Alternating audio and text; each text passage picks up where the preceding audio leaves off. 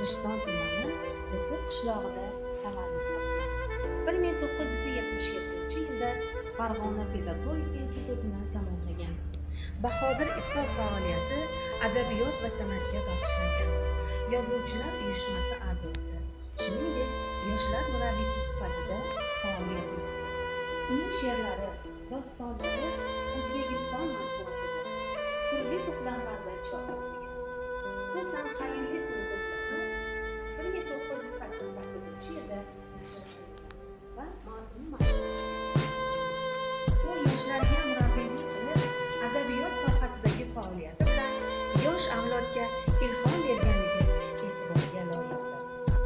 Rishton kabi joyda tug'ilib, mahalliy muhit, xalq hayoti, tabiat ruhi, oddiy insonlar bilan muloqot unga ijodida doimo bo'lgandir. Bu jihat she'rlarida aks etgan deb o'ylayman. She'r va dostonlari orqali yosh avlodga, maktab, madaniyat muassasalariga ta'sir qilib, uni tarbiyalash, ma'naviy yuksalishga chaqirish faoliyatida ham ishtirok etgan. U O'zbekistonda xizmat ko'rsatgan yoshlar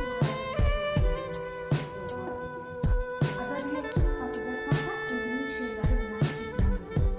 San'at, ta'lim sohalarida ham faollik ko'rsatgan.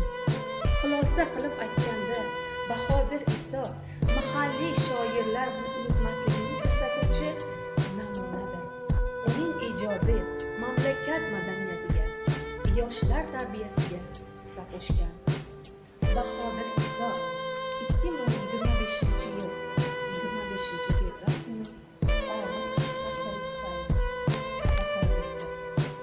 Bahodir Iso o'zining faoliyati bilan ulkan bir adabiyot maktabini yaratdi. Uning ijodi o'quvchini ona vatanni, ota-onaga bo'lgan, do'stu yoriga bo'lgan cheksiz muhabbatini oshirishga undaydi.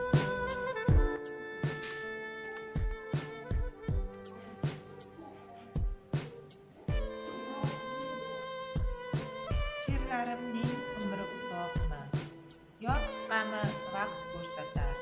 Hozir o'qib vaqtingiz chog'mi, menga shuning o'zi yetar.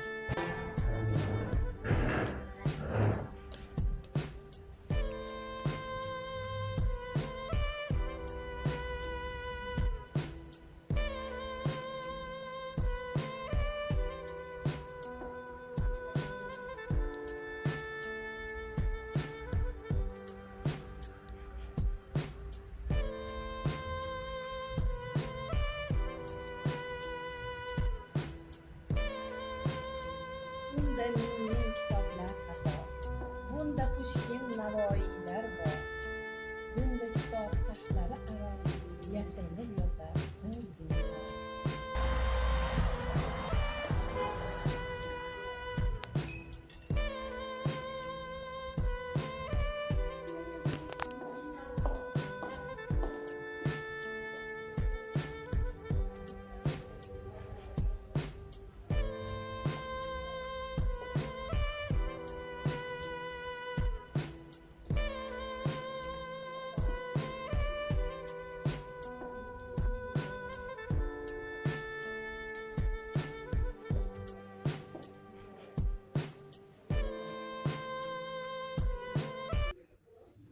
Yurak.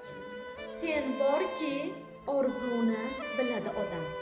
Sen borki, yig'laydi, kuladi beshak. Sen borki, biladi nedir shodlik, g'am.